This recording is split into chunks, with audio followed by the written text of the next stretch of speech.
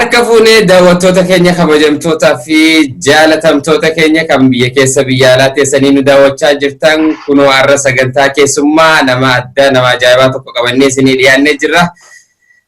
Namni kun eenyu jechuun keessa hin oolu. Namni kun naannoo yookaanis magaalaa Haramaatti nama beekamaa, nama kubbaa miilaa taphachuudhaan beekamu, nama bishaan haramaa sanirraa galii adda addaa argachuudhaan beekamu, nama toora naannoo bishaanii sanitti warri haramaa dhalate nama kana namni hin beekne jiru. Nama beekamaa kana qabannee isinii dhiyaannee jirra. Mee wal barnootaaf garuma isaatti isin dabarsinaa. Mee daawwattoota keenya wajjin wal baradhu isin jenna imaaj. Ayyee Maamee Yusuf Galatoomii sagantaa irratti na affeertee akkanatti nu wal barsiisuudhaaf uummata irratti deddeessite baay'ee galatoomii isin jaa. Ani maqaan kiyyaa imaaj Ali Haji jaamaa magaalaa haramaya keessatti dhaladhee guddadhe. Egaa achuma jiruutti yaatitti tan biraa waan hafe gaafii keetiif. Ayyee ammaaf bakki amma jiraattu eessa? Yeroo ammaa tana bikriin an jiraadhu magaalaa Jarman naannoo Frankfurt bakka jedhamtu keessaan jiraachuu jira. Ayyee daawwattoota keenya hangana eegee jennee wal barsiisnee booda garuma gaafii keenyaas dabarsinaa imaaj. Tokkoffaa irratti waan naannoo bishaanii sanirra turteef mee fakkeenyaaf gaafiin teenyatan jalqabaa bishaan haramaa san keessa gosa qurxummii meeqaatu jira? Ati kan irratti hojjechaa turteerraa waan muuxannoo qabdurraa mee hawaasa keenya warra hin beekneef warreen naannoo biraa jiraniif muuxannoo qooduudhaaf mee ibsiif mee. Ayyee galatoomii gaafii kee kan jalqabaati naannoo qurxummii gosa meeqaa jira waan jettirraa? Bishaan haramaa keessa qurxummii gosa lamaa jira. Akka saayinsiitti tokkoffaa catfish kan jedhamu nuti ambaazaa jennan, lammaffaa tilappiyaa jedhama nuti qorosoo jennan. Isaan lamaan kana bishaan haramaa kana keessa jira. Ati isa kana qabdee madda galii gootee naannoo isa warra argamu yookaanis magaalota garagaraatti erguudhaan hojii godhattee galii irraa argachaa turte. Mee xiqqasho daawwattoota keenyaa ibsi waa'ee kanarraa hojii teetirraa xiqqoo. Egaa dhugumaan xiqqeenya kiyyarraa eegaleeti sun barnoota baradhuutis anaa fi bishaan wal dhabuun taanu irraachumaa fi bishaan jechuudha. Bishaanuma kana keessaa noolee barnoota alatti barnoota irraa illee gizee raftii bishaanumatti hin qaceela. Sanumarraa kan kee qaama kiyya keessatti addaatti na godheetti hoobiin kiyyaa qurxummuma guuruudha ta'e. Kanaafuu jiruun tiyyaa gaan guddadhee bika ga'ee boodas jiruun tiyyaa fi dalagaan tiyya qurxummuma sun taatee argamte. Qurxummii tana ni guura. Guuree naannoo keenyatti poosaa irraa kaaseetiin tibsii godhee miikaadhaan ashagee magaalaa keessa raabsaa ture. Osoo injootiin hoteelan adireetiif hoteelan direedhaa cufa barsiisee hoteelan direedhaatiif adiree akka jiranitti narraa fudhatanii akkasitiin qoqqoodaa ture. Ana qofaa miti warreen na dura hojjechaa jiranis ture. Warreen na boodaas naa waliinis hojjetanii jiranii. Faayidaa qurxummii kana akkasittiin biyya tana direedhaa fi adireellee ilaa jijjiigallee raabsaan ture uummanni hawaasni faayidaa qurxummii baranii. Anis jiruuf jireenya kiyya qurxummarra taate bishaan haramaa gaafa dhufe miidhaan guddaan irra gahee sadarkaa tokkoffaa irratti miidhaan irra geesse keessa tokko waan jechuu ni dandeessa. Akkana gaafiitti aanutti taphata. Ayyee abshir. Gaafiin itti aantu mee fakkeenyaaf gosa shimbirroolee yookaanis daakiyee gosa hedduutu jira bishaan san gubbaa. Mee maqaan udhee mee waan irraa beektu jirra? Gosti shimbirroolee achi keessa jirtu lakkoomtee dhumtu kan duraanii. Hanqaan beeku keessaa maqaalee siifiin dadhabaa akka waliigalatti daakiyee jedhamti. Daakiyee takka lixxuu lama.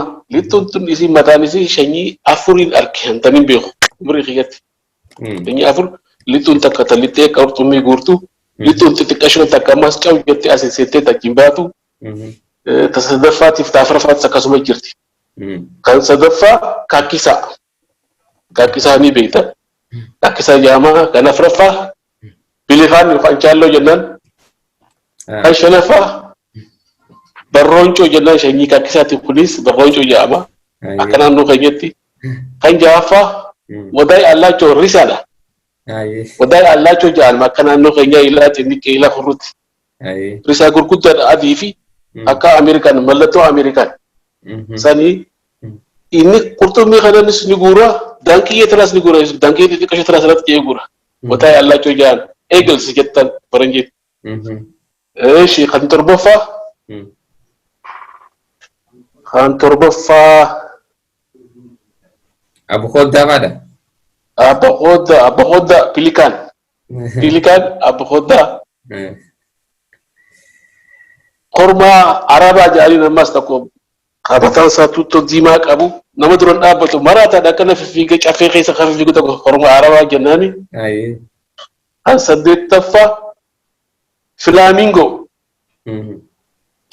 دي بيتامي فلامينغو دكنا نو غنيا تيغا دير كاو مجاري نيتي مكاسا ننجونو warreen akkasa miila dheeratu hedduu jira hedduu dhufanii bishaan kanarra ni dhufan ni godaanan isaan haala qilleensaa hojii deeman qurxummiin gisee baay'atte dhufanii bishaan kana keessaa sooratan gisee qurxummiin haphattee qurxummiin gisee hormaata daggala galti isaa pappuu fi cafe keessatti yeroo sun hin harkatu inni asii godaanee naannoo biraa deema. Haga kanaan beekaati gaa baay'eedha wanti isaaniiti gaa maqaalee isaanii beekuu dhabuudhaafi. Wanta baay'ee nuutu ite akkanumaanuu hedduudha hundinuu fakkeenyaaf hanga ammaa kan irraa nu faasu ite warri waan kan afaan Ingiliffaatiin hin beeknee fi yookaan afaan Oromootiin qofa beekus afaan lamaaniinuu nu ibsu jirta. Sanifuu amma afaan galma irraa jennaan ni gaamee gara gaafiitti aanutti si dabarsa. Gaafiitti yetetti aantu bishaan haramaa kana madda galii ta'ee ture. Dhugaadhaa tajaajila garagaraatiif fakkeenyaaf tajaajila akka dooniin geejjibaa fi kaluuna irraa argachuudhaaf tajaajiloota garagaraatiif irraa fayyadamaa turanii. Mee kana akkamitti ibsitamee tajaajiloonni fakkeenyaaf namoonni garii doonii geejjibuudhaaf irraa fayyadamanii fi kaluunaaf irraa fayyadaman namoota maqaa beektu wajjin naannoo sanitti.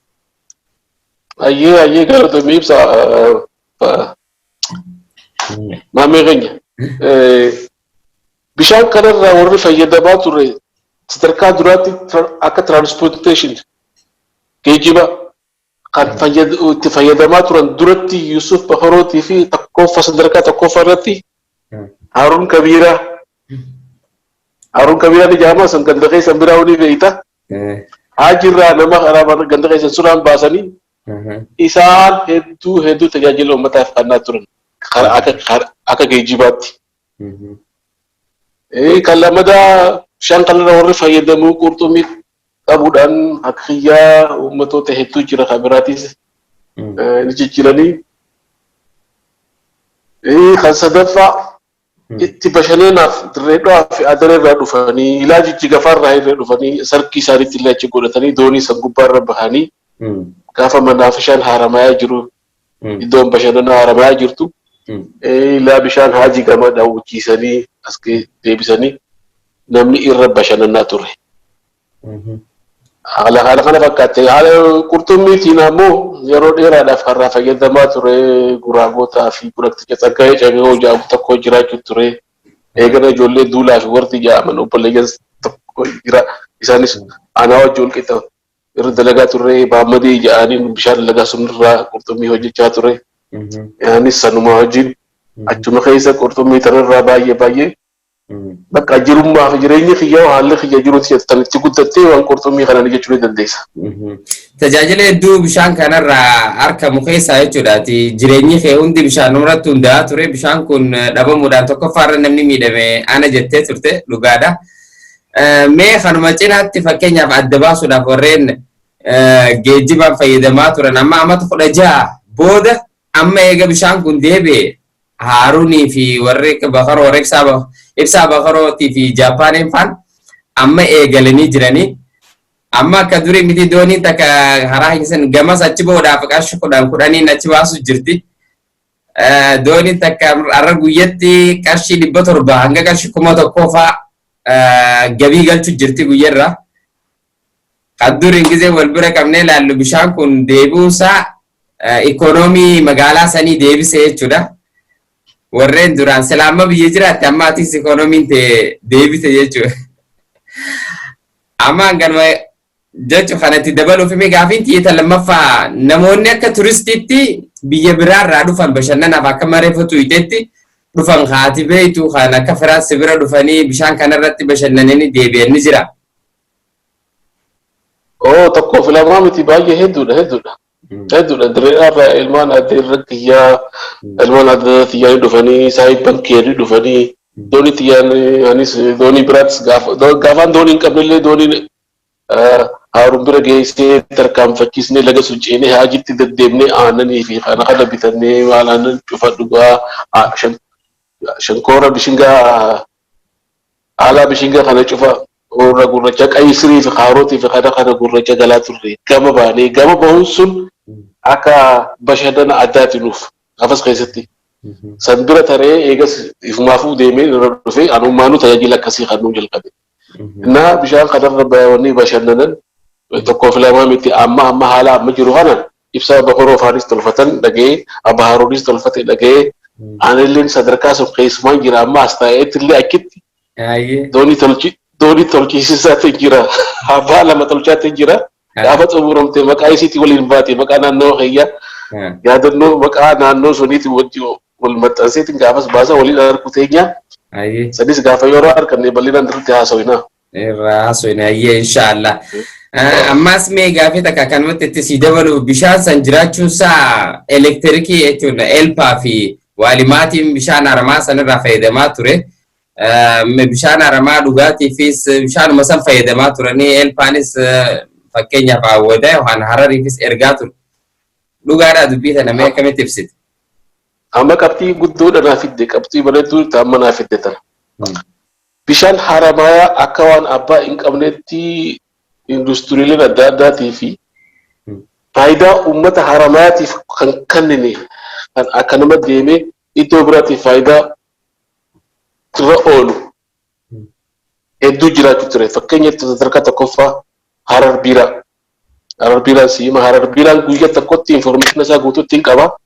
Koronaan amman dura taasifamee yuunivarsiitii haramayaatti wajjin andoonitti yaaniin bobbaasee galchaa ture. Koronaan sanarratti bishaan haramayaa kana guyyaa tokkotti update leetira 360 wayiitu xarmuusii biiraatiin dhiquuf bichaa fayyadamanii ganna qabu bishaan haramayaa irraa harkifamaa deemaa ture. Dhumicha bishaan haramayaatiif bu'uurri guddaan takko kana. Kan lamadaa kunuunsuu naannoo ummata keenya jimaadhoo baasuu fi motoraan fayyadamuu fi kana dhabiinsarraa. Kan sadaffaa yuunivarsiitiin haramaya osoo laalee ijaan argu maqaa haramaya baadhatee yuunivarsiitiin guddaan sun qotee bulaa naannoo kanaa leenjisuu dhabuudhaan bu'aalee xixiqqashoo takka silaa uummataaf buusee bishaan kana akka tanti fayyadamtan akkana jeen irrigation system tolchee akka zuwaayessunitti bishaan dhakaarra deemee simintoon tolfamtee dhakaarra deemee ooyiruu abbaa tokko irratti yoo maqaa turu taate bishaan sun umriin isaa xiqqashoo jalatti turte. Haala kanaati wajjirri bishaanii wajjirri tirika gaafa jenereetarii bishaan dhahamee fuudheeti bishaan kana itti fayyadamee tarbaayinii sun shirgodhaa bishaan tirika kaasee tirikni achii oomishamu ilaa jijjiiga cufa deema. Bishaan sun lafa ganna eegatti fayyadamee goota turutti. Wajjira bishaanii waalimaatiin ilaa haramayaa hawwadaay akkana cufa haa fayyadamu bishaan asirraa waraabamaa ture.